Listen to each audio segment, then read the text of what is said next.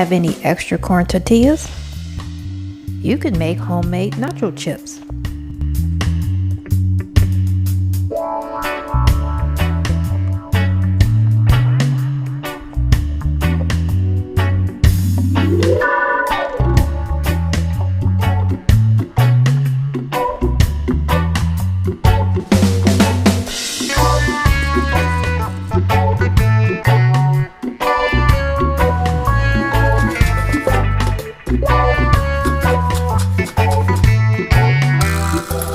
In just minutes, the nacho chips are ready.